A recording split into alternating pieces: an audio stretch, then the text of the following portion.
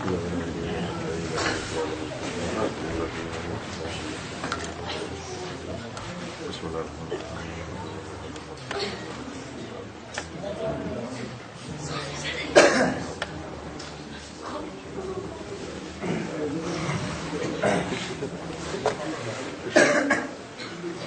بالله السميع العليم من الشيطان اللعين الرجيم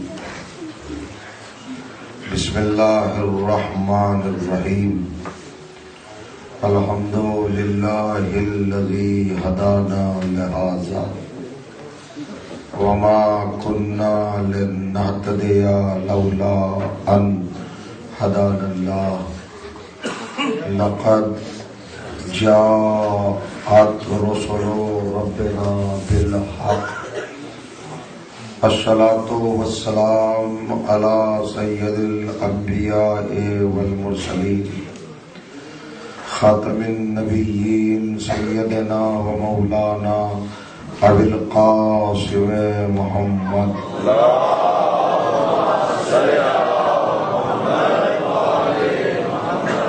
وأهل بيته الطيبين الطاهرين المعصومين المظلومين وأصحابه المنتجبين ولعنة الله على أعدائهم أجمعين من يومنا هذا إلى يوم الدين أما بعد فقد قال سبحانه وتعالى بسم الله الرحمن الرحيم ثم أورثنا الكتاب الذين اصطفينا من عبادنا فمنهم ظالم لنفسه ومنهم مقتصد ومنهم سابق بالخيرات ذلك هو الفضل الكبير صلوات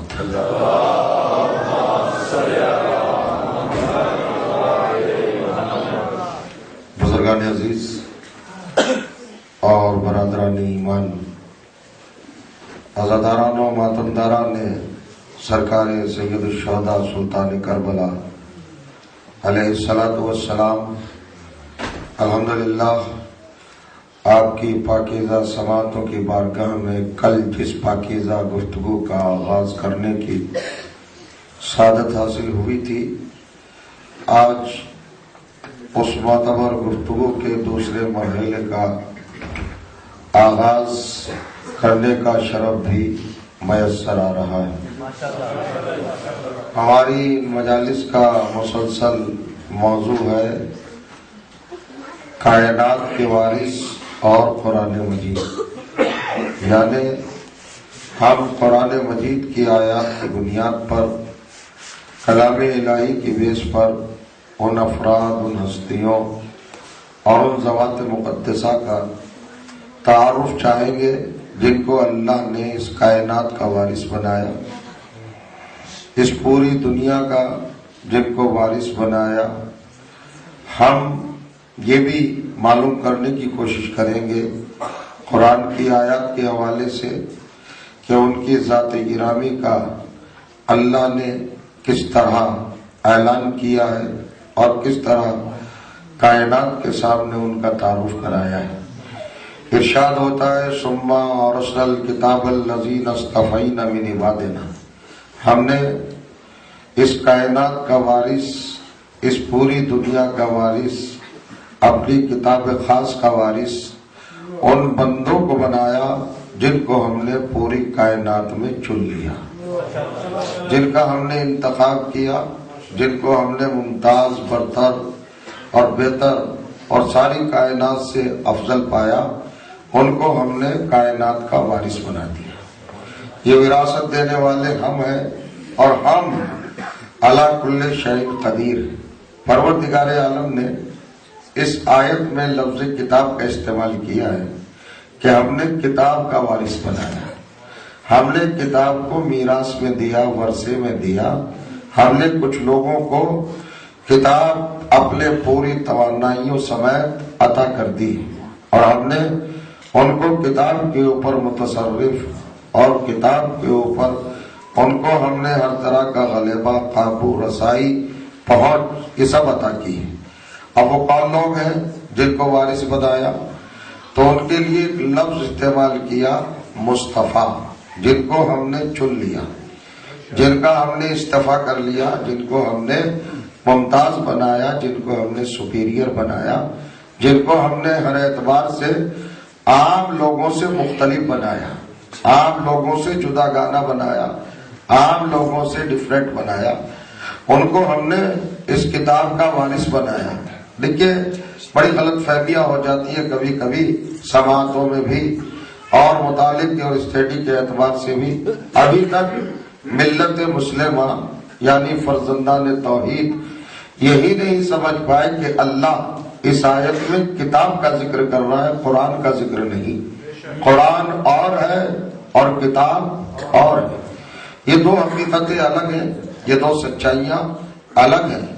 ہم یہ سمجھتے ہیں کہ جو کتاب ہے وہی قرآن ہے اور جو قرآن ہے وہی کتاب ہے، نہیں۔ اللہ قرآن ہی میں بتا رہا ہے کہ کتاب اور ہے اور قرآن اور ہے۔ یہ باتیں بہت عظیم بھی ہے اور بہت ضروری بھی ہے، ان کی گہرائی میں اترنا اور ان کی ریالٹی تک جانا، ان کی سچائی تک پہنچنا انسان کے لیے ضروری ہے۔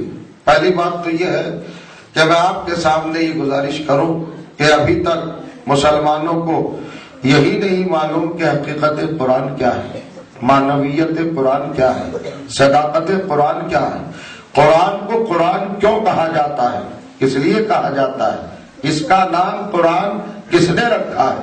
کیا لوگوں نے رکھا، اصحاب نے رکھا، خلفاء نے رکھا، علماء نے رکھا، مفسرین نے رکھا، محدثین نے رکھا، راویوں نے رکھا، تابعین نے رکھا، تبع تابعین نے رکھا؟ اس کو قرآن کس نے کہا؟ اور جو چاہ رہا ہوں ایسا ہے کہ اس کی آیتیں آ گئی، سورے آ گئے، پارے آ گئے، جبرائیل اس کو لے کے آ گئے اور جمع کرنے والوں نے اس کو جمع کیا، اور جو چاہ رہا ہوں اور اس کے اوپر اسٹک لگا دیا کہ یہ قرآن ہے، تو کیا اس کا نام لوگوں نے رکھا؟ اور جو چاہ رہا ہوں جمع کرنے والوں نے اس کا نام قرآن رکھا ہے۔ تو جب ہم قرآن سے پوچھتے ہیں تو قرآن انکار کرتا ہے کہ اس کا نام دنیاوی لوگوں نے نہیں قرآن رکھا۔ سورہ یوسف 12واں سورہ قرآن مجید کا اور اس کی پہلی آیت ارشاد ہوتا ہے بسم اللہ الرحمن الرحیم انا انزلناہ قرآنا عربیا لعلکم تعقلون، ہم نے تو اس کلام کو قرآن ہی بنا کے نازل کیا ہے۔ یعنی جب یہ لوح محفوظ سے آیا تو ایز قرآن بحیثیت قرآن، بشکل قرآن، بصورت قرآن، بکیفیت قرآن، یہ قرآن ہی آیا ہے۔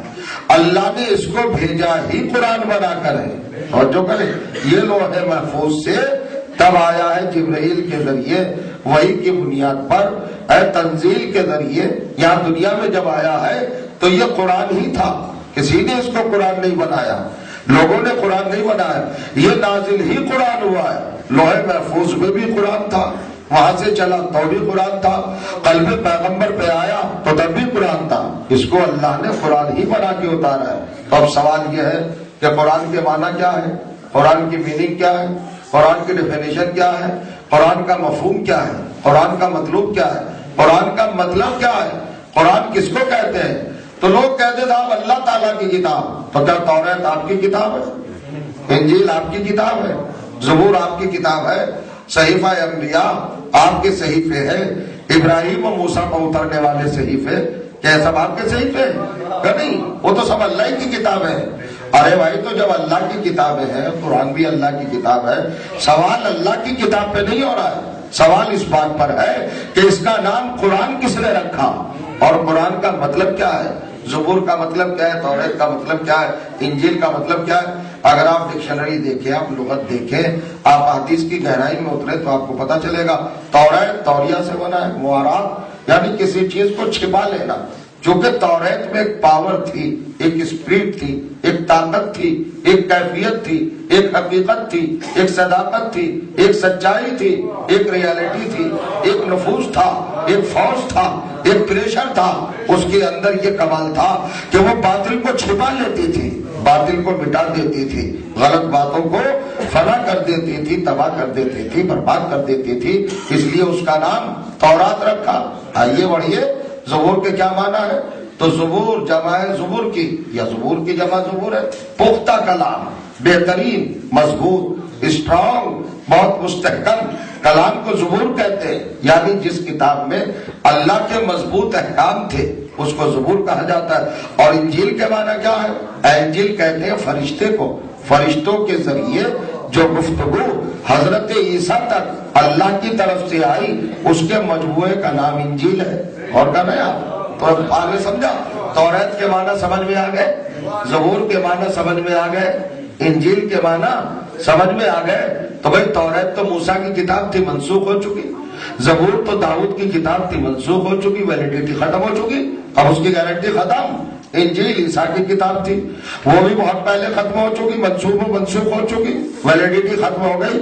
لیکن قرآن کو تو قیامت تک جانا ہے، اور تمہاری مذہبی کتاب ہے، ایمانی کتاب ہے، دینی کتاب ہے، اعتقادی کتاب ہے، تم قرآن کے مطلب کو جانتے ہی نہیں، قرآن کے معنی کو جانتے ہی نہیں۔ قرآن کس چیز کو کہتے ہیں تو میں لغت سے نہیں بتاؤں گا قرآن کے معنی، قرآن کس کو کہتے ہیں، قرآن کا مطلب کیا ہے، تو قرآن ہی سے پوچھیں۔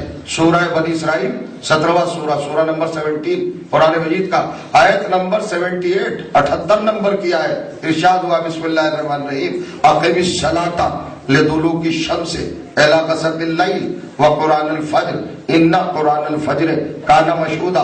بہت غور سے سننے کی بات ہے، اپنے حبیب سے خطاب ہے، پیغمبر سرور کونین سید الانبیاء، آپ نماز قائم کریں سورج کے ڈھلتے وقت، آپ نماز قائم کریں رات کے آتے وقت، آپ نماز قائم کریں صبح کے وقت۔ اور اس کے بعد کہتا ان قرآن الفجر، بے شک بلا شبہ صبح کی پڑھی ہوئی نماز کانا مشہودا۔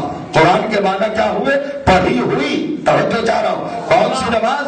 ان قرآن الفجر، صبح کی پڑھی ہوئی نماز کانا مشہودا، گواہی دی ہوئی ہے۔ کون سی نماز گواہی دی ہوئی ہے؟ جو صبح میں پڑھی جاتی ہے۔ تو قرآن کا مطلب کیا ہوا؟ پڑھا ہوا، توجہ چاہ رہا، اور یہ نازل ہی قرآن ہوا، یعنی جب یہ وہاں سے آیا ہے تو پڑھا جا چکا تھا، آنے کے بعد نہیں پڑھا گیا۔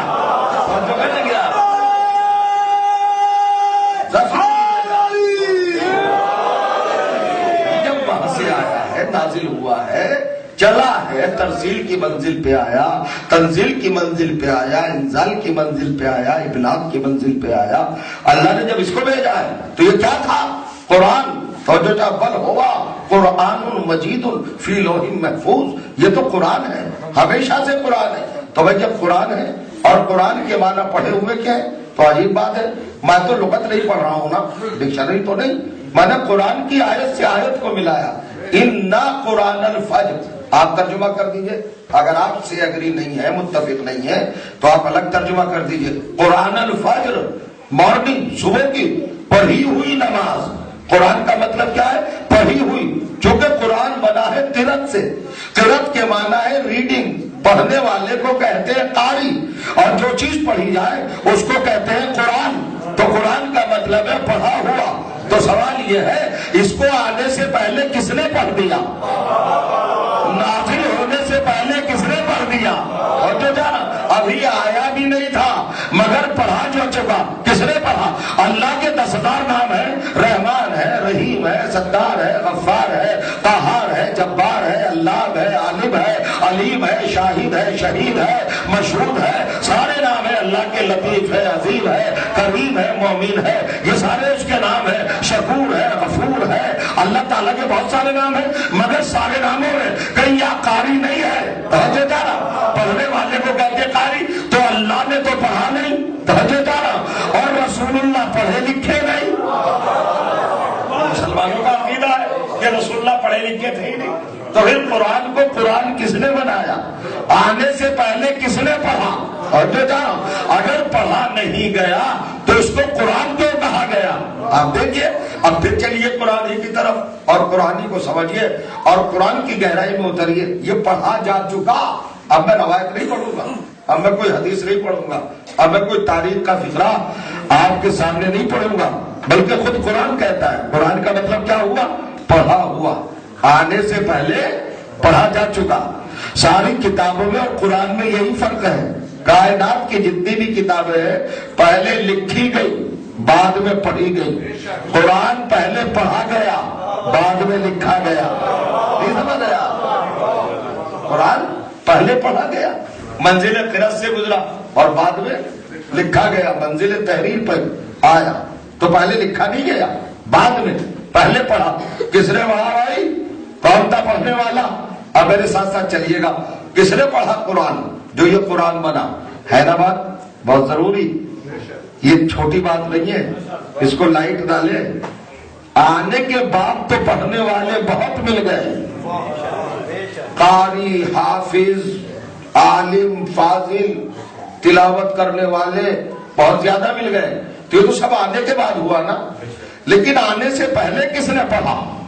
وہ کون تھا کہ ابھی قرآن آیا بھی نہیں تھا اور اس نے پڑھ دیا، اور اسی کے پڑھنے کی بنا پر یہ قرآن کہلایا، یہ قرآن بنا. اس نے کلام الہی کو قرآن بنا دیا. تو قرآن ہی میں کیوں تلاش نہیں کرتے آخر وہ ذات گرامی کون ہے جس نے کلام الہی کو قرآن بنایا؟ کون ہے وہ ہستی، وہ کردار، وہ کیریکٹر، وہ پرسنالٹی، وہ شخصیت، وہ ذات کون ہے بھائی جس نے کلام الہی کو قرآن بنایا؟ آنے سے پہلے ہی پڑھ دیا. کہاں کیا کہہ رہے ہیں؟ یہ ممکن ہے؟ ابھی آیا بھی نہیں اور پڑھ بھی دیا. تو آئیے میرے ساتھ سورہ رحمان 55واں سورہ قرآن مجید کا 55 نمبر ارشاد ہوا. آغاز کی 4 آیتیں پڑھنا چاہتا ہوں. ابتدا کی اسٹارٹنگ کی 4 آیتیں ہیں. ارشاد ہوا الرحمن، اللہ نے اپنا تعارف دیا. میں رحمان ہوں، میں رحمتوں والا ہوں، میری رحمتیں عام ہیں. اور میں رحمان کس لیے ہوں؟ جب اپنا تعارف دیا، اپنا انٹروڈکشن دیا، اپنے آپ کو متعارف کرایا، اپنے آپ کی شناخت دی، اپنے آپ کی پہچان دی، اپنے آپ کو ظاہر کیا اور اپنے آپ کو شو کیا، تو کسی اور ذریعے سے نہیں. حالانکہ کائنات کو اسی نے کریٹ کیا ہے، پورا یونیورس اسی نے بنایا. یہ زمین، یہ آسمان، یہ چاند، یہ تارے، یہ سورج، یہ آکسیجن، یہ ہوائیں، یہ خلائیں، یہ گھٹائیں، یہ فضائیں، یہ جنت، یہ جنت عدن، یہ جنت ماوا، یہ جنت نعیم، یہ جنت عالیہ، یہ جنت فردوس، یہ جنت خلد، یہ طوبہ، یہ کوثر، یہ حوریں، یہ غلمان، یہ فلک، یہ ملک، سب اسی نے تو بنائے. وہی تو بنا تھا. ان سب کا بنانے والا، ان سب کا خالق کون ہے؟ وہی وحدہ لا شریک، اسی نے بنایا. آپ ذرا پڑھیے قرآن مجید کو دیکھیے. ابھی آدم کے سر پر تاج صفوت رکھا اسی نے، نوح کو مسجد نجات پر بٹھایا اسی نے، موسیٰ کو شرف تکلم دیا اسی نے، عیسیٰ کو دم حیات دیا اسی نے، یوسف کو حسن ازل دیا اسی نے، سلیمان کو حکومت دی اسی نے، داؤد کو سلطنت دی اسی نے، اگلے حبیب کو حبیب بنایا اسی نے. مگر کسی موقع پر اپنے آپ کو رحمان نہیں کہا، افتخار ظاہر نہیں کیا. یہ نہیں کہا جب آسمان کا فرش زاویانہ معلق کر رہا تھا تو اپنے آپ کو رحمان نہیں کہا، جب زمین کا فرش بچھا رہا تھا تو اپنے آپ کو رحمان نہیں کہا، جب ستاروں کی بزم سجا رہا تھا تو اپنے آپ کو رحمان نہیں کہا، جب کواکب کی محفل جما رہا تھا اپنے آپ کو رحمان نہیں کہا، جب سر پر فلک پہاڑ بنائے اپنے آپ کو رحمان نہیں کہا، جب گہرے سمندر بنائے اپنے آپ کو رحمان نہیں کہا، جب آکسیجن بنایا اپنے آپ کو رحمان نہیں کہا، جب آفتاب و مہتاب کی قندیلیں روشن کی اپنے آپ کو رحمان نہیں کہا. کسی بھی موقع پر اپنے آپ کو رحمان نہیں کہا. رحمان کب کہا؟ اور رحمان، میں رحمان ہوں. تو رحمان ہوں. علم القرآن، میں نے تمام کا تمام قرآن پڑھا دیا، میں نے پڑھایا. ذرا سمجھیے گا. تکبیر تکبیر اللہ.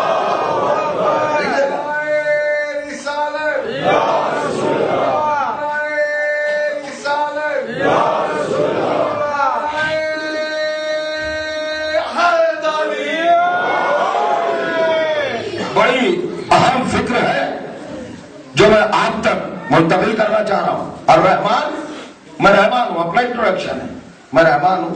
اب رحمان کیوں ہوں؟ علم القرآن، میں نے تمام کا تمام قرآن پڑھا دیا. القرآن الف لام استغراق کا ہے، فلی قرآن، پورا قرآن پڑھا دیا، کمپلیٹلی مکمل پڑھا دیا. علامہ معلم ہے خدا، توجہ چاہ رہا ہوں اور کریں گے. عمل ہے تعلیم، تعلیم کا واحد ہے بھائی علامہ. اللہ نے پڑھایا. کسے پڑھایا؟ تعلیم کا مطلب کیا ہے؟ اپنا ذاتی علم کسی کی طرف ٹرانسفر کرنا تعلیم کہلاتا ہے۔ علم القرآن کا مطلب کیا ہے؟ اللہ نے اپنا ذاتی علم کسی کی طرف ٹرانسفر کر دیا، کسی کو پڑھا دیا تو پڑھایا نا۔ اللہ نے کسی کو الرحمن علم القرآن، اللہ نے پڑھایا، بندوں نے نہیں پڑھایا۔ تو وہ کون ذات گرامی ہے جس کو اللہ نے پڑھایا اور پورا قرآن پڑھایا؟ آپ تو دیکھ رہے ہیں نا، اب دو باتیں دیکھ لی آپ نے، الرحمن میں رحمان ہوں، علم القرآن تمام کا تمام قرآن میں نے کسی کو پڑھا دیا، اور وہ کون ہے؟ جسے پڑھایا۔ بعد میں کہتا ہے خلق الانسان، میں نے انسان کو پیدا کیا، پہلے پڑھایا بعد میں پیدا کیا۔ تم کائنات میں وہ انسان تلاش کرو جو قرآن پہلے پڑھ چکا، پیدا بعد میں ہوا۔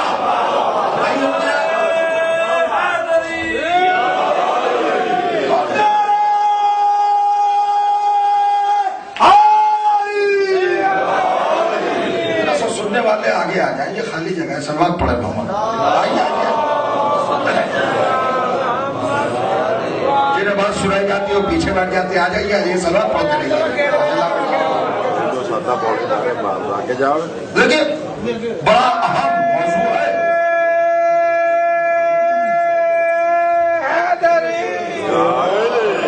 اور چار باتیں سمجھ لیں آپ۔ الرحمن علم القرآن، رحمان ہے وہ، اس کا ٹائٹل ہے رحمان، اس کا لقب ہے رحمان۔ میں رحمان ہوں، اور رحمان کس لیے ہوں؟ علم القرآن، میں نے تمام کا تمام قرآن پڑھا دیا۔ خلق الانسان، اور پھر انسان کو پیدا کیا۔ تعلیم پہلے ہے، تخلیق بعد میں ہے۔ اور جو چاہ رہا ہوں، پڑھایا پہلے اور پیدا بعد میں کیا۔ پہلے قرآن پڑھا چکا اور بعد میں پیدا کیا۔ آتی رہے گی باتیں، مگر سمجھیے یہ مصطفیٰ بندے کون ہیں؟ اللہ کے چنے ہوئے افراد، اللہ کے سلیکٹڈ کیریکٹرز کون ہیں؟ ہم نے پڑھا دیا۔ کب پڑھایا؟ پہلے کہا علامہ، پڑھایا، اور پھر کہا خلقہ، پیدا کیا۔ پیدا بعد میں کیا، پڑھایا پہلے۔ غور کریں گے آپ تو بھائی تلاش کرو نا آخر کہ وہ ہستی کون ہے جو پیدا ہونے سے پہلے ہی قرآن پڑھ چکی ہے نا۔ آپ کے قرآن کی آیت میں تھوڑی کہہ رہا ہوں۔ اور اگر آپ کو یعنی مسلمانوں کو یہ فضیلت ڈائجسٹ نہ ہو تو اس میں ترتیب کر دے، اس میں چینجنگ کر دے، آیتوں کو بدل دے۔ ہونا یوں چاہیے تھا الرحمن، کیوں قبلہ؟ الرحمن خلق الانسان، رحمان ہوں میں نے انسان کو پیدا کیا۔ علمہ القرآن، اور پھر میں نے اس کو قرآن پڑھایا۔ پہلے پیدا ہوگا نا تبھی تو پڑھے گا۔ تو پروردگار پہلے پیدا تو کر لے بعد میں پڑھانا، کہ نہیں پہلے پڑھاؤں گا بعد میں پیدا کروں گا۔ نہیں، ترتیب تو یہ ہونا چاہیے تھی کہ جب ابھی ولادت نہیں ہے، ابھی پیدائش نہیں ہے، ابھی خلقت نہیں ہے، مخلوق نہیں ہے، تو پڑھایا کیسے جائے گا؟ اللہ نے کہا پہلے پڑھایا، علم القرآن خلق الانسان۔ اگر یہ کہہ دیتا خدا کہ خلق الانسان علمہ القرآن، میں نے پہلے انسان کو پیدا کیا اور پھر اسے قرآن پڑھایا، تو ہر گلی سے لوگ نکل آتے، وہ ہمیں تو ہیں جنہیں پڑھایا۔ نہیں سمجھ رہے آپ؟ لوگ اپنی شکل نہ دیکھتے، اپنی منحوس صورت نہ دیکھتے، اپنا داغدار نسب نہ دیکھتے، اپنا عیبدار شجرہ نہ دیکھتے، کچھ نہ دیکھتے، چلے آتے میدان میں۔ اللہ نے ہمیں کو تو پڑھایا ہے، اگر اس کی توفیق نہ ہوتی تو ہم حافظ کیسے بنتے؟ اگر اس کا کرم نہ ہوتا ہم قاری کیسے بنتے؟ اگر اس کا لطف نہ ہوتا ہمارے دماغ میں قرآن کیسے آتا؟ اگر اس کی کرم فرمائی نہ ہوتی ہمارے دل میں قرآن کیسے اترتا؟ ارے اللہ نے تو ہم کو پڑھایا ہے، ہمیں تو اس سے پڑھ کے آئے ہیں۔ اگر پہلے خلقت کی بات کرتا اور بعد میں تعلیم کی بات کرتا،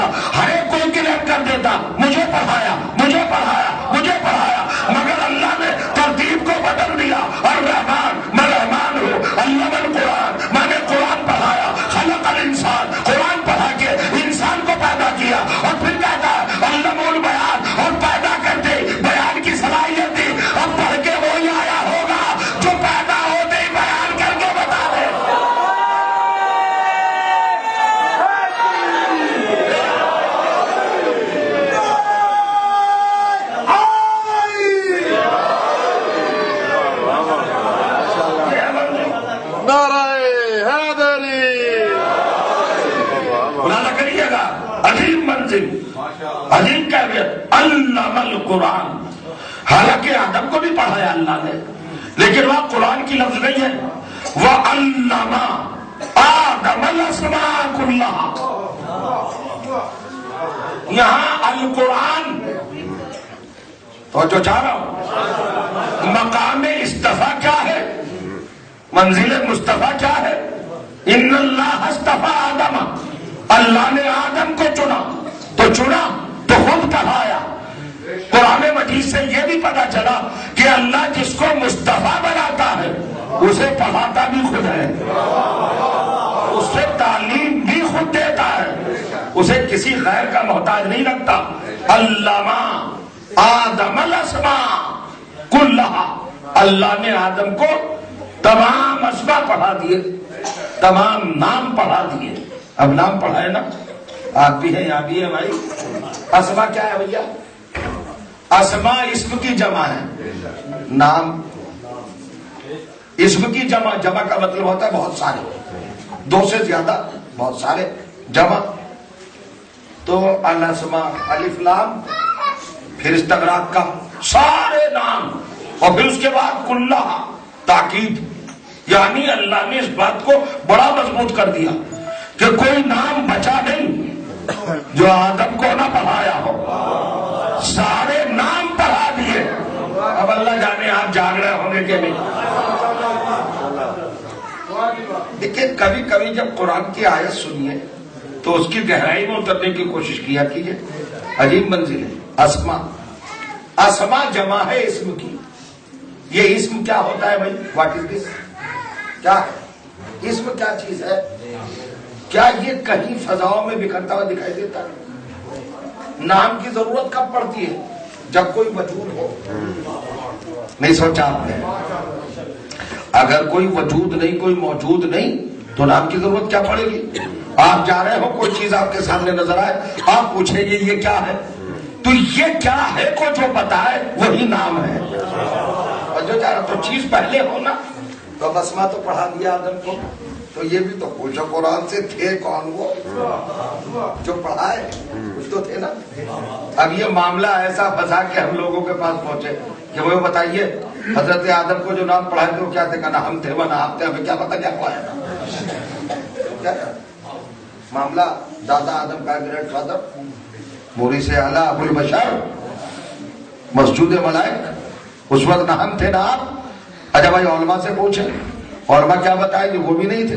انبیاء کے پاس گئے، وہ بھی اولاد میں. تو پھر پوچھے کس سے؟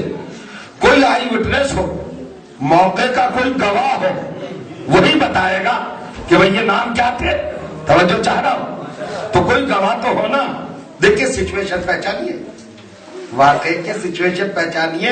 اللہ کہہ رہا ہے میں نے آدم کو سارے نام پڑھا دیے، اسماء اللہ. اب ترجمہ تو کر دیا ہم نے، مگر یہ بھی تو پتا چلے وہ نام کہے کے تھے. مجھے بڑا تعجب ہوتا ہے جب میں تفسیریں پڑھتا ہوں تو مجھے ملتا ہے کہ ہر ایک چیز تشتری، پیالی، کب، چائے دانی، کیٹل، یہ ساری چیزیں اسماء میں لکھ دی ہیں لوگوں نے، اور جو ہے وہ بتانے پر تیار ہیں. یعنی چھپانے کی مہم دیکھیے آپ کس طرح دشمنی ہے آل محمد سے دنیا کو. ہر چیز کا نام لکھا ہے کہ تمام نام بتا دیے تھے آدم کو، یہ تھا وہ تھا وہ تھا، اور حقیقت میں بتایا نہیں. تو تمہیں یہ اتھارٹی کہاں سے آئی کہ اسماء کا ترجمہ تم کرو؟ اس لیے کہ تم تھے ہی نہیں وہاں. اس وقت کا موقع کا کوئی گواہ لاؤ، وہ بتائے گا کیا نام تھے. تو موقع کا گواہ کون تھا؟ توجہ چاہ رہا ہوں. اسماء اللہ کون بتائے گا بھائی؟ اسماء اللہ. اب یہ ایک عبارت آ گئی، ایک سینٹینس ہے بہت بڑا. وَعَلَّمَ آدَمَ الْأَسْمَاءَ كُلَّهَا. فیتا ڈالیے، کم سے کم 5-6 انچ کی آیت. قرآن کی اتنی جگہ گھیری ہے اس نے، اور ترجمہ کیا ہوا؟ سارے نام اللہ نے بتا دیے. میں نے کہا پروردگار سمجھ میں نہیں آیا، چونکہ کوئی تھا ہی نہیں اس وقت. اللہ نے کہا ہم اس کو ریڈیوس کر دیتے ہیں، سمیٹ دیتے ہیں. توجہ چاہ رہا ہوں. فَقَالَ أَنبِئُونِي بِأَسْمَاءِ هَؤُلَاءِ. ہم نے اسماء اللہ کو ہاؤلائے میں کنورٹ کر دیا. وہ تھا اسم، یہ ہو گیا اس میں ضمیر. توجہ چاہ رہا ہوں. آ گیا. اب یہ ہم ہاؤلائے بھی نہیں سمجھتے، کیا کہاں چھوٹا کر دوں؟ کر دے. ثم ارزاہم توجہ چاہ رہا ہوں. پھر ان ناموں کو فرشتوں کے سامنے پیش کیا. ہم ہے میم پیش ہم بنا دیا. علامہ آدم الاسماء اللہ کو ہاؤلائے بنایا, ہاؤلائے کو ہم بنایا. آپ سے بہتر کون سمجھے گا؟ اگر نہیں سمجھے پر جو چاہ رہا ہوں, ایک دفعہ کا ہم نے سارے نام آدم کو پڑھا دیے اسماء اللہ, اور اس کو گائے میں کنورٹ کیا ہاؤلائے میں. ہاؤلائے سمجھ میں نہیں آیا تو اس کو ریڈیوس کر کے گائے میں کنورٹ کیا ہوم میں. ہیمین پیش ہوم بھی سمجھ میں نہیں آتا ہے, یہ ہوم کیا ہے؟ تو موقع کا گواہ تھا, اس نے پوچھ لیا پروردگار یہ ہوم کیا ہے؟ توجہ دارا تو اللہ کو جواب دینا ہے نا. جبرائیل نے پوچھا یہ ہوم کیا ہے؟ اللہ نے کہا ہوم فاطمہ تو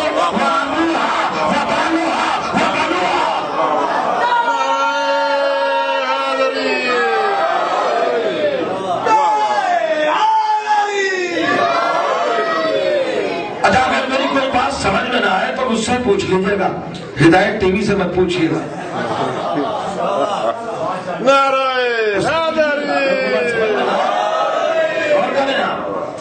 کیونکہ بہت سے لوگوں کے دل سکڑتے ہیں نا فضائل سن کے. اب میں کوئی ترمیم نہیں کر رہا ہوں, کوئی تبصرہ نہیں کر رہا ہوں, اپنی طرف سے کوئی فٹ ڈاؤن نہیں لگا رہا ہوں. میں قرآن کی آیت سیدھی سادھی پڑھتے جا رہا ہوں. علامہ آدم الاسماء کلھا کسے پڑھایا؟ صاحب آدم کو پڑھایا. اچھا تو کس نے پڑھایا؟ اللہ نے پڑھایا. کیوں پڑھایا؟ کس لیے پڑھایا؟ غور کریں گے. اور جب پڑھایا تو کیا کیا؟ کا انتخاب کرنا تھا, استفا کرنا تھا, مصطفیٰ بنانا تھا, سلیکشن کرنا تھا, چناؤ کرنا تھا, سلیکٹ کرنا تھا آدم کو خلافت کے لیے. اور جب پڑھایا, پڑھانے کے بعد فرشتوں سے بھی کہا اب بتاؤ تم ان لوگوں کے نام. فرشتوں نے کہا سبحانک لا علم لنا الا ما علمتنا. ذرا جان کے سنیے گا بات. کمپٹیشن ہے خلافت کا. وارڈ کیا ہے؟ خلافت. کیا چیز دی جا رہی ہے؟ خلافت. کلیئر کس نے کیا؟ فرشتوں نے. ڈیمانڈ کس کی طرف سے آئی؟ فرشتوں کی طرف سے. ہمیں بنا خلیفہ, بہت اہم عہدہ ہے, بڑا اچھا عہدہ ہے, بہت بہترین پوسٹ ہے, ہمیں بنا. اس کے لیے تو معصوم چاہیے, مطہر چاہیے, بے داغ لوگ چاہیے. پروردگار ہمیں بنا دے.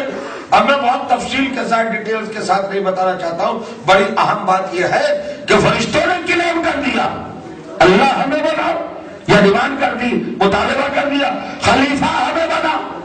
اللہ نے کہا تم بن جاؤ. کہ کس بنا پر بنے؟ کہ یہ اسماء جو میں نے آدم کو پڑھایا ہے یہ تم بتا دو کیا ہے. تو فرشتوں نے کہا ہم تو نہیں جانتے. سبحانک لا علم لنا الا ما علمتنا. پروردگار تیری ذات سبحان ہے, بے عیب, بے داغ, کمال ہی کمال, تو ہی جانتا ہے. جتنا تو نے ہمیں بتایا ہم اتنا ہی جانتے ہیں, آگے نہیں جانتے. جب فرشتے سرنڈر ہو گئے تو اللہ نے کیا کہا؟ قرآن پڑھا کرے. قرآن اگر فضیلتیں سمجھنا ہے, سورہ بقرہ دوسرا سورہ 35ویں آیت. پروردگار متوجہ ہوا آدم کی طرف اور قالا انبئہم, اے آدم تم بتا دو ان فرشتوں کو اسماء ہؤلاء, ان کے نام. توجہ چاہو, تم بتا دو. کسے بتاؤ؟ فرشتوں کو. آپ نے ترتیب ہی نہیں دیکھی, آپ نے غور ہی نہیں کیا.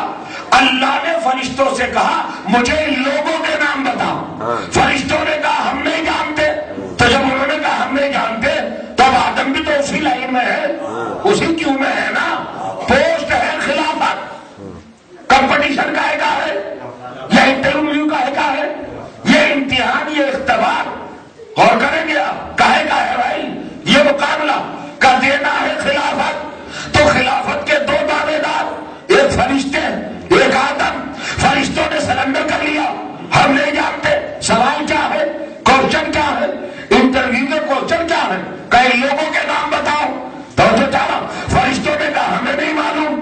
اب اللہ مڑا آدم کی طرف. آدم سے یہ نہیں کہتا کہ تم مجھے بتاؤ, فرشتوں سے کہا تھا مجھے بتاؤ. فرشتوں نے کہا ہم نہیں جانتے, تو آدم سے کہتا ہے تم فرشتوں کو بتاؤ. آپ جاگ رہے, آپ جاگے ہی نہیں, آپ بیداری نہیں ہوئے. اے بھائی یہ طرز گفتگو, طرز تکلم کیوں بدلا؟ اللہ نے یہ اپنا دستور کیوں بدلا؟ فرشتوں سے کہتا ہے مجھے بتاؤ, اور فرشتے کہتے ہیں ہمیں نہیں معلوم. تو اب کہتا ہے آدم سے تم ان کو بتاؤ. یہ تو نہیں کہتا مجھے بتاؤ. تو اصل میں بات یہ ہے کہ اللہ قرآن میں خلافت کا اسٹیٹس بتانا چاہ رہا ہے. نہیں سمجھ رہا کہ خلیفہ اسے ہونے کا حق ہے جو فرشتوں کو پڑھانا جانتا ہو. فرشتوں کو پڑھانا جانتا ہوں. انبے ہوں پڑھاؤ، پھر فرشتوں کو پڑھاؤ. اچھا چلیے، ایک بہت بڑا الزام ہمارے اوپر ہے. ارے صاحب یہ لوگ جب دیکھیے علی کے فضائل، جب دیکھیے فاطمہ زہرا کے فضائل، جب دیکھیے حسن کے فضائل، جب دیکھیے حسین کے فضائل، اہل بیت کے علاوہ ان کو کچھ آتا ہی نہیں، بڑھا دیتے ہیں علی کو.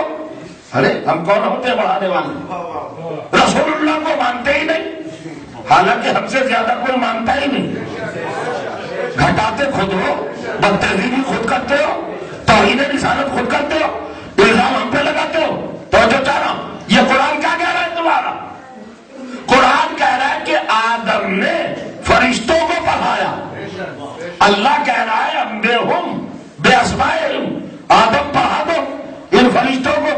تو یہ بتا اس پورے کراؤڈ میں معلم کون، متعلم کون، پڑھانے والا کون ہے؟ پڑھنے والے کون ہے؟ پڑھانے والا ہے آدم، اور پڑھنے والے کون ہے؟ فرشتے. تو فرشتوں میں کون کون ہے؟ کیا جبرائیل ہالیڈیز پہ گئے تھے؟ بتائیے مجھے آپ، جبرائیل تھے کہ نہیں؟ فرشتوں میں جبرائیل تھے کہ نہیں؟ کہتے تو آدم نے جبرائیل کو پڑھایا کہ نہیں؟ کہ بالکل پڑھایا. تو جبرائیل کے معلم آدم. یہی تو بات ہے، گھٹاتے تم ہو، کہتے ہو ہم سے کہ ہم گھٹاتے ہیں. حضرت آدم کا شاگرد ہے جبرائیل.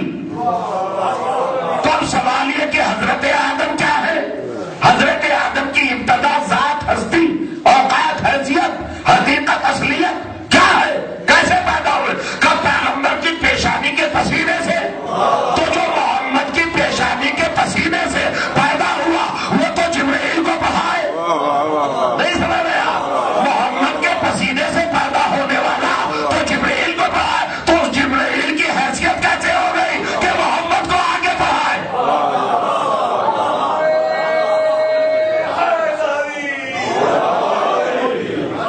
محمد کو جبرائیل سے پڑھوا رہے ہو.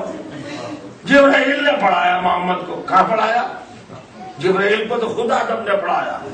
وہ آدم ہے محمد کا پسینہ. دیکھ رہے ہیں آپ کے پسینے سے 1,23,999 قطرے جب شمار کیے گئے اور نظر غائر سے دیکھا گیا تو ہر قطرے سے ایک نبی بنا، ایک رسول بنا. تو جو چاہنا پہلا قطرہ ہے آدم. جب پہلا قطرہ مجسم ہوا، سن لیں، محمد کی پیشانی کے پسینے کا جب پہلا قطرہ مجسم ہو کر آدم بنا تو اسے اللہ نے پروٹوکول کیا دیا، عزت کیا دی؟ فرشتوں سے کہا سجدہ کرو. ایک بہت پرانا نمازی تھا، بگڑ گیا، میں نہیں کروں گا سجدہ. اللہ نے کہا تو ملعون ہے، نکل جا. لعنت ہو گئی نا. سمجھ رہے آپ؟ اللہ نے کہا کر سجدہ. کہے کو کرائے سجدہ؟ کہ جو پسینہ مجسم ہو کے آدم بنا تھا تو بہت بڑے پرانے نمازی نے، اربوں خربوں برس کے پرانے نمازی نے کہا میں نہیں کروں گا سجدہ. تو اللہ نے قیامت تک کے لیے شیطان بنا کے چھوڑ دیا. تو میں ایک جملہ پوچھنا چاہتا ہوں، جو محمد کے پسینے سے گستاخی کرے وہ تو شیطان بن جائے. تو جن کی رگوں میں محمد کا خون دوڑ رہا ہے،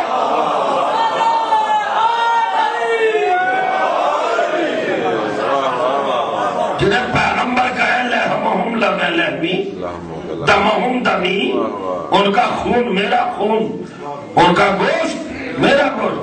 ان سے گستاخی پر کیا ہوگا؟ ذرا ذرا سی فضیلت پر پریشان ہو جاتے. ارے آپ نے علی کو اللہ بنا دیا، اتنا چھوٹا سا ہے تمہارا اللہ، ذرا سی دیر میں گئی ہو تو اس کا اللہ ہونا بھی گیا. ہم اتنے چھوٹے اللہ کو مانتے ہی نہیں. اس کی توحید، اس کی ذات تو بے نیاز ہے، وہ کسی کی وجہ سے ظاہر تھوڑی ہوتی ہے. عجیب بات ہے. توجہ چاہ رہا ہوں. اب اللہ نے کیا کہا؟ پڑھا دو آدم ان کو. آدم نے پڑھایا, آدم نے نام بتائے, کل عرض کروں گا انشاءاللہ, اب تو وقت نہیں ہے. ٹھیک, اچھا صاحب چلیے. علمہ آدم الاسماء کلہا, ہم نے آدم کو سارے اسماء پڑھا دیے اور پھر مسند خلافت پر بٹھایا. تو یہ آدم خلیفہ ہے تو کس کے؟ اب میں بہت اہم بات کہنے جا رہا ہوں, یہ سننا ہوگی. آدم کس کے خلیفہ ہیں بھائی؟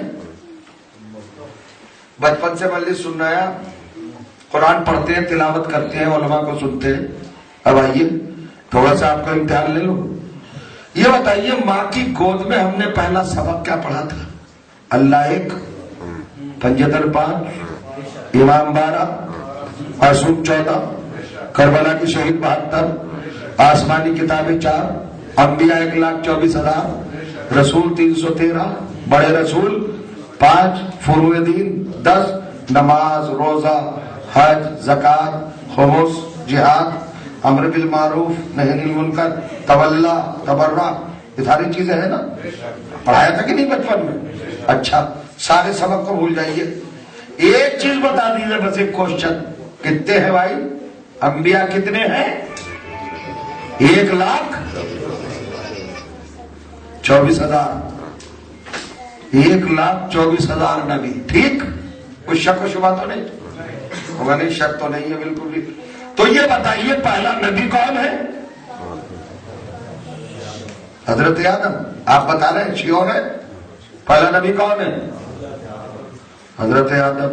ٹھیک ہے صاحب, واقعی وہ پہلے نبی ہے, مگر قرآن کی 6,666 آیتوں میں حضرت آدم کو کہیں نبی نہیں لکھا. وہ جو ان کے لیے آیت ہے نا, وہ آیت ہے سورہ بقرہ, دوسرا سورہ, آیت نمبر 30. ارشاد ہوا اس قال ربک للملائکۃ انی جاعل فی الارض خلیفہ, میں زمین پر خلیفہ بنا رہا ہوں.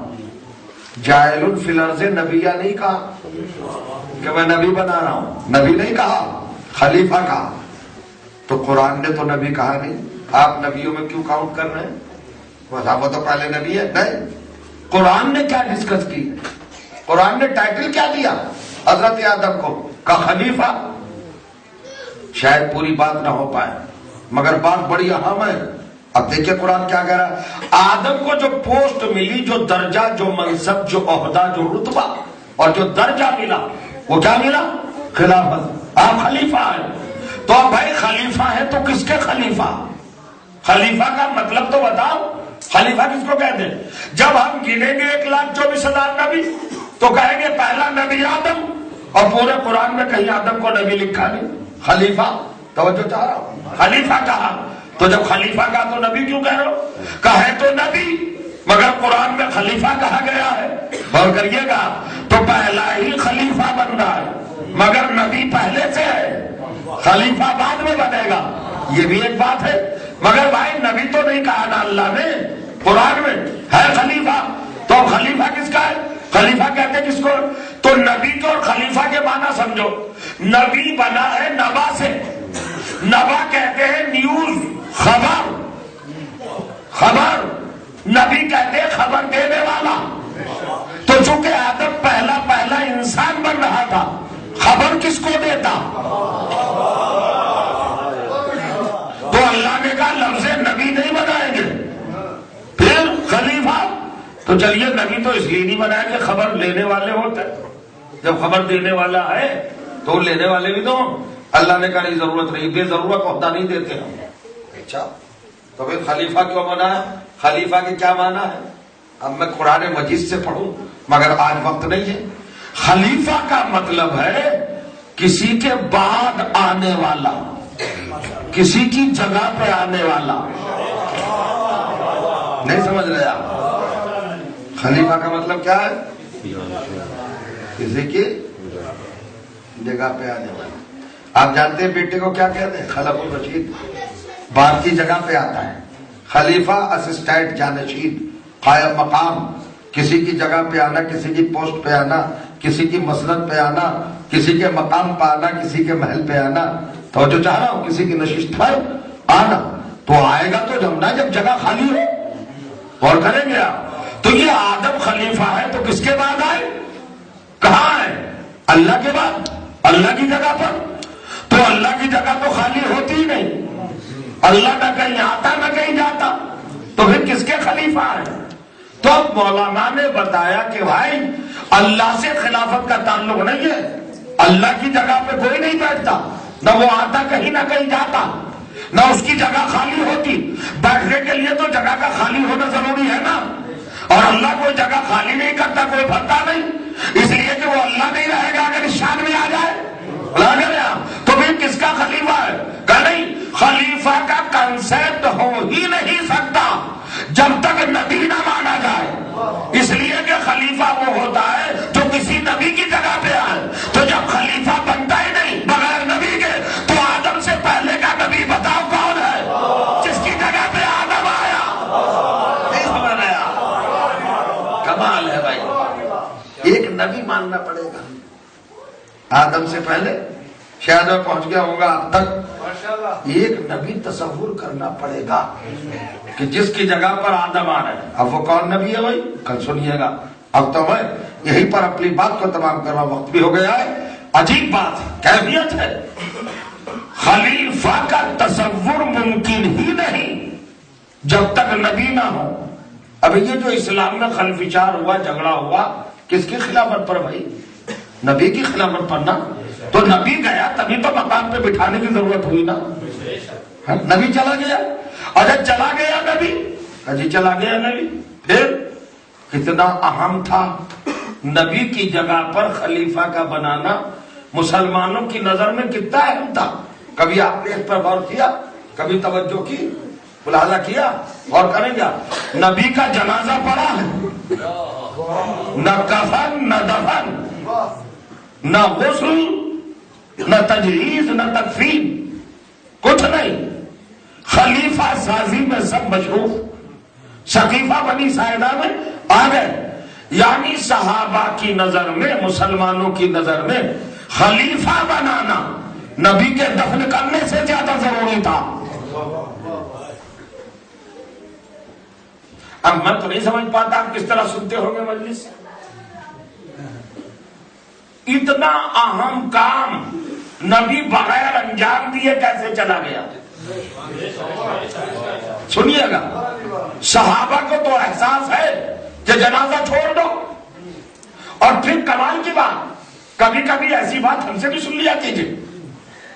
جب جنازہ چھوڑ دیا گیا، کفن دفن سب یوں ہی رہا.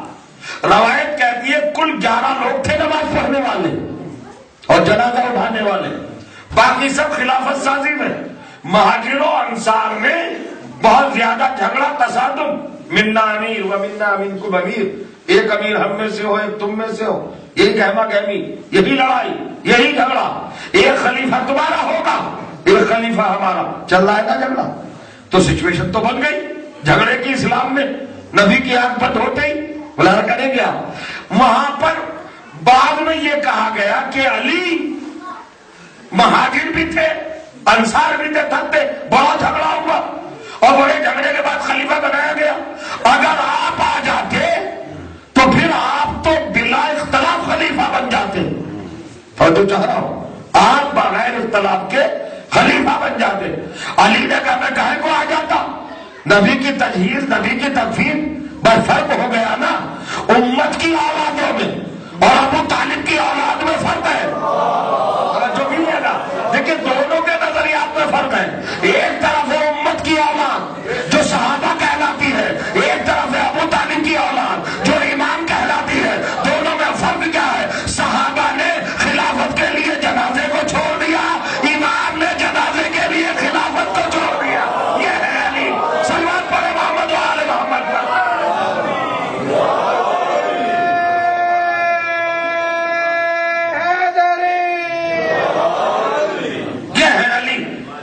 ہم تجہیز کا کام انجام دیں گے، ہم تکفیر کا کام انجام دیں گے. ہمارے لیے نبی کی عظمت بہت ضروری ہے، اہم ہے. نبی کے امور کا انجام دینا ہم پر زیادہ فرض عین ہے. تو علی نے خلافت کو چھوڑ دیا، خلافت لی گئی، حالانکہ حقیقت. اور ذرا یہ باتیں سنا کیجئے. میں یہ پوچھنا چاہتا ہوں خلافت ضروری تھی کہ غیر ضروری؟ خلافت ضروری تھی کہ غیر ضروری؟ اچھا نبی کے دور میں تھی یا نہیں تھی؟ ایک سوال ہے میرا، خلافت نبی کے زمانے میں تھی یا نہیں تھی؟ نہیں تھی۔ اچھا تو اب بڑی مشکل آتی ہے، محرم میں بہت زیادہ لوگوں کو پریشانیاں بڑھ جاتی ہے، یہ مجلسیں کیوں بدعت، یہ ماتم، یہ نوحہ، یہ زنجیر، یہ قما، یہ خون کا ماتم، یہ اعمال عاشور، یہ اعمال شب عاشور، یہ نمازیں اس ٹائپ کی، یہ سب بدعت کیوں بھائی؟ کہ یہ رسول کے دور میں نہیں تھی تو طے کر لو نا، جو چیز رسول کے دور میں نہیں تھی بدعت نہیں سمجھ رہے آپ؟ جو چیز دور رسول میں نہیں تھی وہ بدعت ہے، تو پہلے یہ ثابت کرو خلافت تھی یا نہیں تھی؟ اگر دور نبی میں تھی تو بعد میں بنانے کی ضرورت کیا؟ اور اگر دور نبی میں نہیں تھی بعد میں بنائی تو خلافت نہیں ہے، بدعت ہے، بدعت۔ اور کریں گے ایک بات۔ دوسری بات یہ ہے کہ یہ بتائیے اسلام نبی کے دور میں مکمل ہوا کہ نبی کے جانے کے بعد مکمل ہو؟ کیا سند ہے؟ ارے سورہ مائدہ کی آیت ہے، 5واں سورہ ہے، آپ نے پڑھی نہیں آیت؟ کیا آیت ہے بھائی؟ 31ویں آیت ہے، الیوم اکملت لکم دینکم، آج کے دن، ٹوڈے، آج کے دن میں نے تمہارے دین کو کمپلیٹ کر دیا، مکمل کر دیا۔ ہو گیا، نبی کے دور میں ہو گیا نا۔ تو جو چیز پہلے ہی سے کمپلیٹ ہو اس میں ایڈیشن کی کیا ضرورت ہے؟ کمپلیٹ۔ اگر خلافت انکلوڈ ہے اسلام میں تو اس کا مطلب کہ نبی کے دور میں خلافت اسٹیبلائش ہو چکی تھی، اور اگر نہیں ہے انکلوڈ تو بعد میں بنانا غلط۔ یہ ذرا اپنے بیڈ پر جب جائیے گا تو لیٹ کے سوچئے گا، بغیر خلافت کے اگر اسلام کمپلیٹ ہو گیا تو خلافت کے ماننے کی ضرورت کیا ہے؟ کمپلیٹ ہو ہی گیا، اور کریے گا۔ اور اگر کمپلیٹ نہیں ہوتا خلافت کے بغیر تو پھر دور نبی میں خلافت کا آپ کو سراغ دینا ہوگا کہ خلیفہ نبی بنا کے گیا ہے، اس کے بغیر اسلام کمپلیٹ نہیں ہو سکتا۔ صرف ایک فرقے کا نظریہ ہے، ایک کے سامنے نہیں بنایا، 1,40,000 صحابہ کے مجمع میں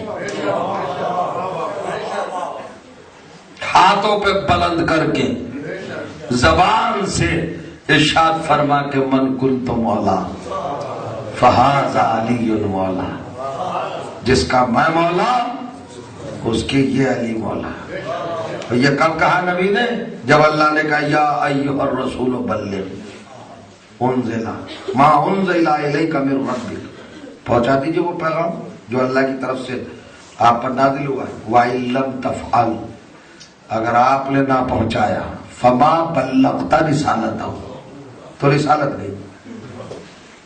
کیا کروں، وقت ختم ہو جاتا ہے۔ اب یہاں پر کمپیریزن کرنا پڑے گا آپ کو، دو چیزیں آ گئی ہیں۔ مسئلہ بڑا ڈینجرس ہو گیا بھائی، نبی سے کھل کے کہہ رہا ہے خدا اگر یہ نہ کیا تو رسالت گئی۔ تو کون سی چیز ہے جس کے نہ کرنے پر رسالت جا رہی ہے؟ نہیں سمجھتے آپ؟ تو ہے نا، امپورٹنٹ ہے نا۔ تو یہ قرآن میں دیکھو نا بھائی، اللہ کہہ رہا ہے، کس رسول سے کہہ رہا ہے؟ جس رسول کے صدقے میں کائنات کو پیدا کیا، جس نبی کے پسینے سے انبیاء کو پیدا کیا۔ نہیں سمجھ رہے آپ؟ جس کو حبیب کہا، جس کو محبوب کہا، جسے سب کچھ عطا فرما دیا، اسی سے کہہ رہا ہے کہ اگر یہ نہ کیا تو رسالت گئی۔ تو مسلمان اتنا بھولا اس چیز کو تلاش ہی نہیں کرتا، آخر وہ کون سی چیز ہے جس کے انجام نہ دینے پر رسالت ہی ختم ہو رہی ہے؟ تو جب محمد کی رسالت نہیں بچتی تو آپ کی عبادت کیا بچے گی؟ کوئی چیز تو ہے نا، کچھ تو ہے۔ ہم مسلمان تلاش کریں، کوئی چیز تو ہے۔ اچھا ہم کوئی چھوٹی نہیں ہوگی، نماز سے رسالت نہیں جاتی، روزے سے رسالت نہیں جاتی، حج سے رسالت نہیں جاتی، کوئی رسالت سے بڑی چیز ہو، رسالت سے چھوٹی نہ ہو، انشاءاللہ یہ بھی آئے گی۔ اور نبی نے جب کچھ تھوڑی تاخیر کی تو ارشاد ہوا واللہ یعصمک من الناس، پیغمبر گھبرا رہے ہیں، آپ پہنچائیے، ہم آپ کو لوگوں کے شر سے بچائیں گے۔ کہاں شر؟ پروردگار کہاں کہہ رہا ہے یہ بات؟ خیبر میں کہتا تو سمجھ میں آتی، خندق میں کہتا تو سمجھ میں آتی، اس لیے کہ ہر جگہ پر دو گروہ تھے، ایک کافر ایک مسلمان۔ کافروں سے شر کا اندیشہ تھا، یا تو سارے ابھی اللہ کے گھر سے آ رہے ہیں، غدیر خود میں جمع ہے، یہاں شر کا کیا خطرہ؟ تو جو چاہ رہا یعنی جہاں کافروں سے بھیڑت تھی، جھگڑا تھا، وہاں اللہ نے شر کا لفظ استعمال نہیں کیا، اور جہاں سارے مسلمان، سارے حاجی، سارے نمازی، سارے صحابی، وہاں کہہ رہا ہے شر سے بچا لوں گا۔ تو جو کرے گیا تو کون سا شر ہے بھائی؟ اس کا مطلب ہے کہ کوئی مسئلہ ہے جس پر مسلمانوں میں شر پیدا ہوتا ہے۔ اور میں کھل کے کہنا چاہتا ہوں، آج پورے مسلمانوں کو دیکھ لو، اور آپ بھی بہت بڑے مسلمان بنتے ہیں نا، ہم شیعہ ہیں، ہم مومن ہیں، آپ ہی میں زیادہ جھگڑا ہوتا ہے۔ نماز پہ کوئی جھگڑا نہیں، روزے پہ کوئی جھگڑا نہیں، حج پہ کوئی جھگڑا نہیں، زکات پہ کوئی جھگڑا نہیں، آج تک کوئی اختلاف ہوا؟ اگر کسی نے بیان دے دیا کوئی اختلاف نہیں ہوا، ادھر علی ولی اللہ کی بات آئی اور آپ نے بڑھا دیا، یہیں سے جھگڑا شروع ہو گیا۔ یہی تھا وہ جس پہ شر پیدا ہونا تھا۔ اور کہنے گیا کہا ہے غدیر میں شر، وہ کس کی طرف سے؟ خدا کی قسم پتہ ہی نہ چلتا کہ مسلمانوں کی طرف سے شر ہوتا ہے، لوگ کہتے تھے نہیں سمجھ میں آتا۔ اگر کربلا نہ ہوتی، یہ پروف کربلا نے دیا کہ مسلمانوں کی طرف سے شر ہو سکتا ہے۔ اور کتنا بڑا شر ہو گیا کہ معاویہ کے بیٹے ابو سفیان کے پوتے عبد الشمس کے پرپوتے، امیہ کے سگل پوتے اموی بادشاہ نے نبی کے نواسے کو قتل کر دیا کربلا میں۔ کیا یہ شر نہیں ہے؟ اس سے بعد کوئی شر ہو سکتا ہے؟ کیوں گئے تھے حسین کربلا میں؟ کس لیے گئے تھے حسین کربلا میں؟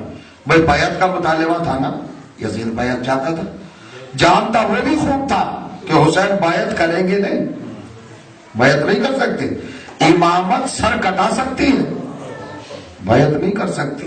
بھائی حسین چلے کربلا کی طرف، آج پہلی محرم گزر گئی، شب دوم ہے، دوسری شب، اور آپ مطمئن بیٹھے ہیں، آپ اطمینان سے بیٹھے ہیں، نہیں پتا زہرا کتنی پریشان ہے، نبی کس طرح حیران ہے، اب برقد میں کوئی نہیں ہے، سب سر پر خاک ڈالے ہوئے جنگلوں میں صحراؤں میں کربلا کی خاک چھان رہے ہیں، نبی، زہرا، علی، حسن سب ماتم کرتے ہوئے، انبیاء بے قرار، مرسلین اشکبار، ساری کائنات پہ غمداری ہے۔ آج پہلی محرم ختم ہوئی، دوسری کا آغاز ہو گیا۔ دوسری محرم وہ ہے کہ جب حسین کربلا میں آئے، اور جیسے ہی کربلا میں آ کے اترے تو تاریخ بتا دی، یہ بھی سمجھنے کی بات ہے۔ حسین جب اس جگہ پر آئے ہیں اور آپ نے گھوڑے کو اڑ لگائی تو گھوڑا آگے نہیں بڑھا، حسین نے کہا دوسرا گھوڑا لاؤ، شاید یہ تھک گیا ہو، خستہ ہو گیا ہو۔ دوسرا گھوڑا آیا، وہ بھی رک گیا، تیسرا گھوڑا آیا۔ روایت کی لفظ ہے کہ 7 گھوڑے بدلے مگر کوئی گھوڑا آگے نہیں بڑھا۔ انسانوں نے کربلا کو بعد میں پہچانا ہے، جانوروں نے پہلے پہچان لیا۔ جب گھوڑے رک گئے تو حسین نے محسوس کر لیا کہ یہ کوئی خاص جگہ ہے، پوچھا لوگوں سے اس زمین کا کیا نام ہے، کچھ نے کہا یہ ماریا ہے، کچھ نے کہا یہ نینوا ہے، کسی نے کہا یہ القبا ہے، ایک آواز آئی ہاذا ارض کربن و بلا، یہ تو دکھ اور درد کی جگہ ہے۔ تو حسین نے کہا ہاذا مرادنا، یہ تو ہماری مراد ہے، اور گھوڑے سے اتر آئے اور ایک مٹھی خاک کی لی اور زینب کو سنگائی۔ جناب زینب نے فوراً ہاتھ سے اس مٹھی خاک کی پھینک کے کہا بھیا اس مٹی میں تو آپ کے خون کی بو آ رہی ہے۔ اس طرح اور تاریخ بنتی ہے بھائی، کس طرح واقعات مرتب ہوتے ہیں۔ جب دیکھا کہ یہی جگہ ہے، اور ایک ایک جگہ کا تعارف بھی حسین نے کرا، یا میرا علی اکبر گرے گا، یا میرے عباس کے شانے کٹیں گے، یا میرے اصغر کے گلے پر تیر لگے گا، یا میرا قاسم پامال ہوگا، یا میرے اون محمد گھوڑوں سے جنگ کرتے کرتے گریں گے۔ ایک ایک جگہ کا تعارف حسین نے بالکل ایکسرے کر کے بتا دیا، یہ ہوگا یہ ہوگا یہ ہوگا۔ ساری باتیں بتانے کے بعد حسین نے کہا بھائی اس زمین کے مالکوں کو بلایا جائے۔ تو وہاں بنی اسد نے بلا لیا، اب میں پڑھ چکا، بس بلایا، بنی اسد آ گئے۔ محلہ تھا، ایک قبیلہ تھا، ایک قوم تھی جو بنی اسد کہلاتی تھی، وہ آئے۔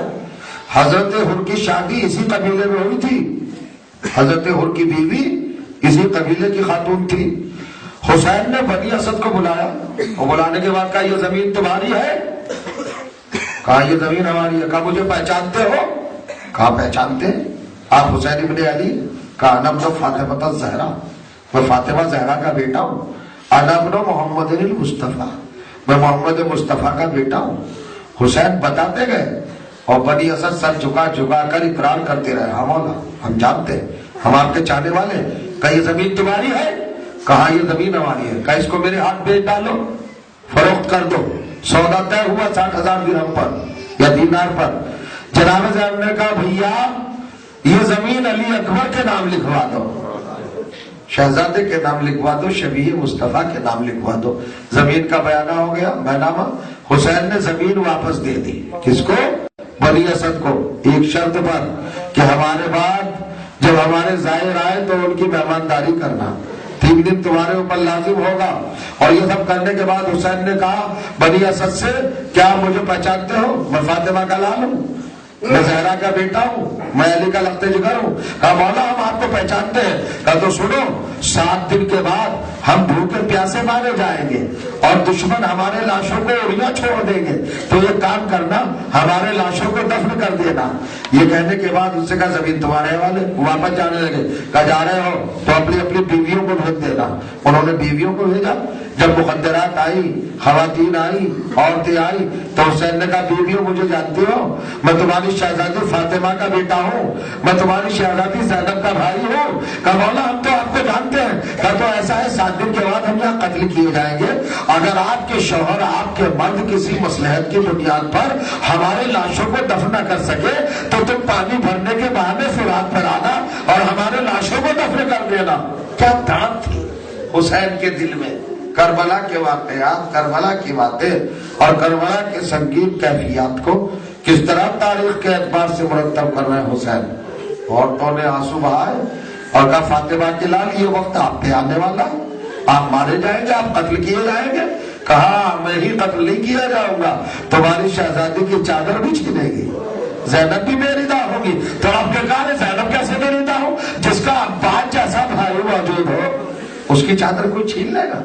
جس کا علی اکبر جیسا بھتیجا موجود ہو اس کے بازوؤں کو کوئی باندھ نہ سکتا ہے. یہ ساری باتیں ہوتی رہی.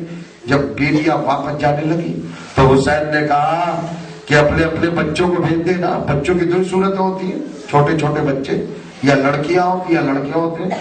بنی اسد کی خواتین نے اپنے بچوں کو بھیج دیا اور کہا جاؤ مولا بلا رہے ہیں، سب کے سب چلے جاؤ. پورے بنی اسد کے بچے آ گئے. حسین نے بڑا پیار کیا اور بڑا پیار کرنے کے بعد کہا بچوں سے کہا سمجھتے ہو میں کون ہوں؟ میں چھوٹے سے علی اصغر کا باپ ہوں. لڑکوں سے تو کہا بچوں سے ہے کہ میں ننھے علی اصغر کا باپ ہوں، اور بچیوں سے کہا کہ میں شہزادی سکینہ کا باپ ہوں. اور اس کے بعد کہا دیکھو ہم نے تمہارے باپوں سے بھی وصیت کر دی ہے کہ ہماری لاشوں کو دفنا دینا، اور اگر وہ نہ آئے تو ہم نے تمہاری ماں سے کہا پانی بھرنے کے بہانے آنا، ہماری لاشوں کو دفن کر دینا. اور اگر تمہارے ماں باپ میں سے دونوں میں سے کوئی نہ آ سکے تو بچوں تمہیں علی اصغر کا واسطہ، سکینہ کا واسطہ، کھیل کے بہانے آنا اور مٹھی بھر بھر کر ریت اٹھانا اور اسی بہانے ہمارے لاشوں پر مٹی ڈال دینا. فاطمہ کا لال بے گوروں کا فنڈا ہے. ارے مولا آپ کو تو یہ توقع تھی کہ بچے آ جائیں گے، مگر کیا ہوا؟ 11 محرم کو لاش کو رکھا گیا، ادھر کے گھوڑے ادھر، ادھر کے گھوڑے ادھر، پاپوں سے میتوں کے جسم تھے بکھر گئے، ٹکڑوں ٹکڑوں میں بٹ گئے، قطعین بنیر بند اور ایک ٹوٹیوں میں بکھر گئے لاشیں. نہ حسین کا لاش آ رہا، نہ شہداء کے لاشیں رہے، نہ دفن کی منزل آئی. سیعلم الذین ظلموا ایہا منقلبین ینقلبون